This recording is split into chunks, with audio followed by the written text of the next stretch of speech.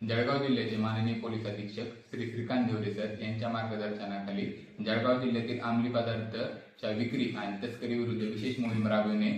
जळगाव जिल्ह्यात चालू आहे। त्यानंतर स्थानिक गुन्हे शाखेला मिळालेल्या माहितीच्या अनुसार MIDC पोलीस स्टेशन आणि स्थानिक गुन्हे शाखेने संयुक्त कारवाई करून MIDC पोलीस स्टेशन हद्दीतील वखार महामंडळ परिसरात एक संशयित आरोपी नामे इम्रान खान हयात खान राहणार आव्हाने वय वर्ष 36 याला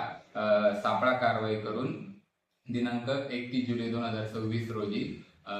62 ग्रॅम MD ह्या औषधी द्रव्य पदार्थासोबत रंगेहात पकडण्यात आलेले आहे। त्यानंतर MIDC पोलीस स्टेशन येथे गुन्हा रजिस्टर नंबर 635/2026 अन्वये NDPS कायद्याअंतर्गत गुन्हा दाखल केलेला असून पुढील तपास स्थानिक गुन्हे शाखा करत आहे आणि पुढील आरोपींचा शोध घेण्याचे काम चालू आहे।